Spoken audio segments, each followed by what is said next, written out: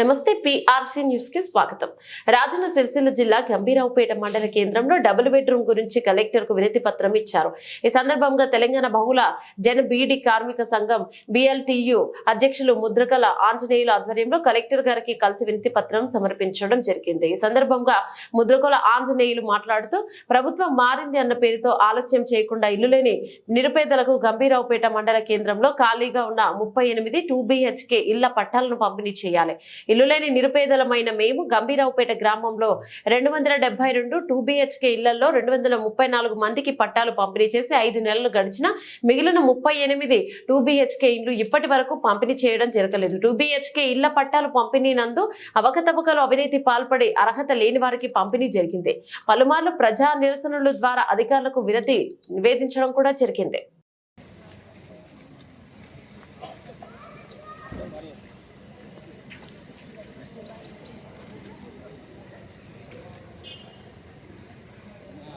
ఇవ్వాలి అర్హులైన వారికి డబుల్ బెడ్రూమ్ వెంటనే ఇవ్వాలి అర్హులైన వారికి డబుల్ బెడ్రూమ్ వెంటనే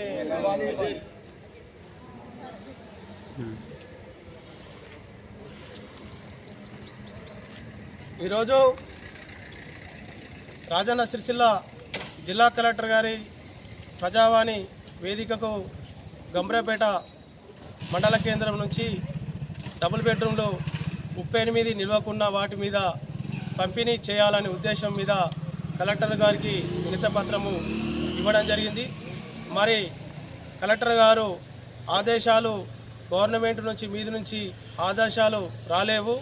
మరి 38 నిల్వకున్న వాటి మీద మేము తొందరలోనే ఆ నిల్వకున్న డబుల్ బెడ్రూమ్లను నిరుపేదలకు ప్రజలకు పంపిణీ చేస్తామని చెప్పడం మాట ఇవ్వడం అనేది జరిగినది. మరి గత 5 నెలల నుంచి గత ప్రభుత్వం నుండి మేము గత ఎన్నికల కోడ్ ముందు నుంచి కూడా మేము కలెక్టర్ ఆఫీసు చుట్టూ తిరుగుతూనే ఉన్నాం. అటు మండల ఆఫీసు, అటు ఎంపీడీఓ, గ్రామ పంచాయతీ కార్యాలయం ముందు తిరుగుతున్న సందర్భాల్లో ఎక్కడ పడితే అక్కడ దరఖాస్తులు ఇచ్చిన సందర్భాల్లో అధికారులు కలుస్తూ ఉన్నారు. మరి ఇదే రకంగా మాట ఇస్తూ ఉన్నారు తప్ప మరి మాటలకే హామీలు వెళ్ళిపోతున్నాయి తప్ప ప్రజల యొక్క గోడును, ప్రజల యొక్క సమస్యను పట్టించుకునే నాదుడు ఈరోజు కరువైన మాట వాస్తవమైన చెప్పుకోవాలి. గత 5 నెలల నుంచి డబుల్ బెడ్రూమ్ల సమస్య మీద మేము అనేక దఫాలుగా పోరాట ఉద్యమాలు ప్రజావేదికల ద్వారా మేము విన్నవించినా కూడా ఇక్కడ అధికారులు కూడా ఎలాంటి స్పందన లేదు.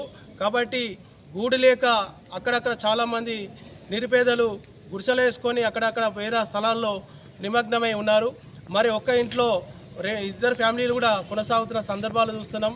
ఇలా వేలకు ఇల్లు కిరాయిలు కట్టలేని పరిస్థితిలో దుర్భర జీవితాన్ని గడుపుతూ ఉన్న సందర్భాన్ని ఈరోజు బాధితులు వాపోతున్నారు.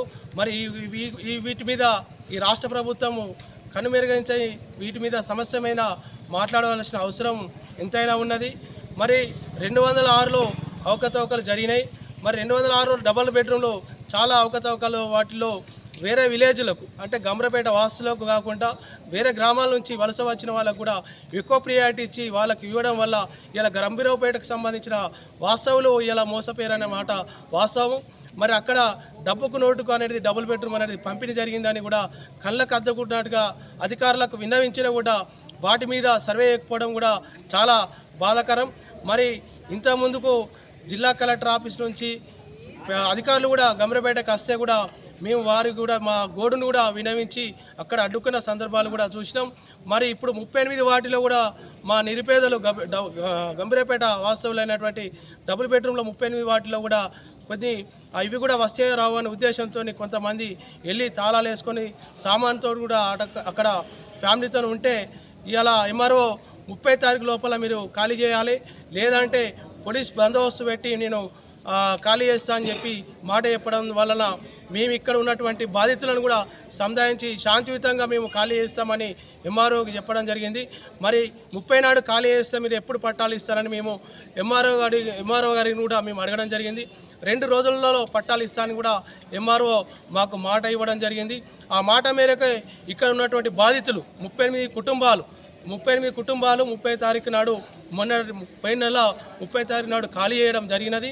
మరి ఇప్పటికి చూసుకుంటే 5 తారీఖు మరి 5 తారీఖు వరకు కూడా పట్టాలు ఇవ్వాలనే పరిస్థితిలో ఈరోజు ఈ గవర్నమెంట్ ఉన్నదని కూడా మాకు నిరూపణ జరుగుతూ ఉన్నది. మరి ఇవాళ 5 తారీఖున మరి ఏం జరుగుతుందనే ఉద్దేశంతో ఇలా కలెక్టర్ గారికి కూడా వస్తే కలెక్టర్ కూడా వాయిదాల మీద వాయిదాలు వేయడం జరుగుతూ ఉన్నది. ఈ ప్రభుత్వాలకు కూడా గత ప్రభుత్వము కళ్ళకు కనిపించకుండా పోతే ఈ ప్రభుత్వం కూడా కళ్ళకు కనిపించడం లేదా, మేము ఈ పేద ప్రజల యొక్క బాధను ఎవరు పట్టించుకుంటారని కూడా మా యొక్క వాదన. ఇప్పటికైనా గతంలో నిర్లక్ష్యం చేసినట్టు కాకుండా మాకు పట్టాలు ఈ 2-3 రోజులలో పట్టాలు ఇవ్వాల్సిందిగా ఇక్కడ ఉన్నటువంటి అధికారులను మీద ఉన్నటువంటి ప్రభుత్వాలను కూడా మేము నిలదీస్తూ ఉన్నాం. కాబట్టి పేద ప్రజల పైన ఖచ్చితంగా మీరు న్యాయం చేయాల్సిందిగా విజ్ఞప్తి చేస్తూ జై భీమ్ లాల్ సలాం.